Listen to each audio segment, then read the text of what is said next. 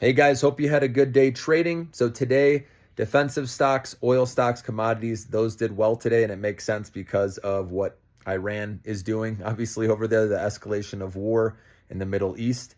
So that's usually when you stick to the defensive names, right? Oil, and we also have strikes going on at the ports in the US, so that's going to affect oil as well. So that's where you can keep your money for this week. Remember, money keeps rotating, guys, depending on what news comes out. And we have to see what happens if there is escalation, if Israel retaliates. If they do, not good, because Iran said they'll make it even worse the next time around, or their retaliation will be bad. So hopefully there isn't one, but most likely there will be. But it's really weird that Iran is telling everyone. Is it just to put it out to the news outlets to get the attention? No one usually tells, a country isn't supposed to tell another country when they're going to attack, right?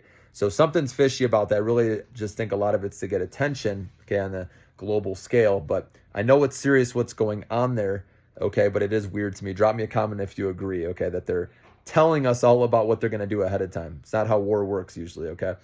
But anyway, so those sectors are doing well. That's what is kind of leading right now. China also had another good day, but it was lighter volume. So make sure, guys, you have your stop limits in. Okay, if you're not planning on holding Chinese stocks for a while and you're up big, make sure, hopefully you've already trimmed like I've been teaching you several times, because they've ripped a lot, and raised your stop loss well into the profit zone. So if it hits, you're winning no matter what, guys, okay? So like I said, lighter volume with China. So I'm curious to see if they can have another big volume day, or is it going to take a breather for a little bit?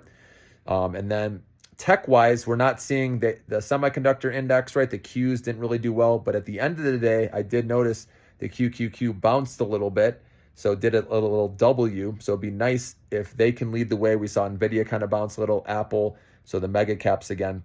So that's maybe where you could look potentially is NVIDIA again. Remember, good old NVIDIA, best company in the world. It dropped into the 117s. You could try to play it back up, maybe up to 120, or whenever you see a giant red selling volume bar, you just, again, that's when you take profits, trim some, raise your stop limit, and if it hits, it gets you out, you take a win, you move on to the next one.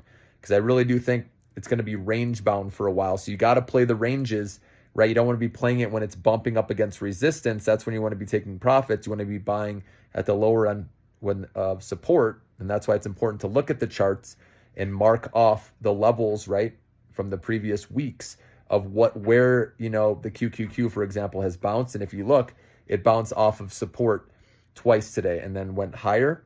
So that's a good sign. We'll see if those can lead the way potentially.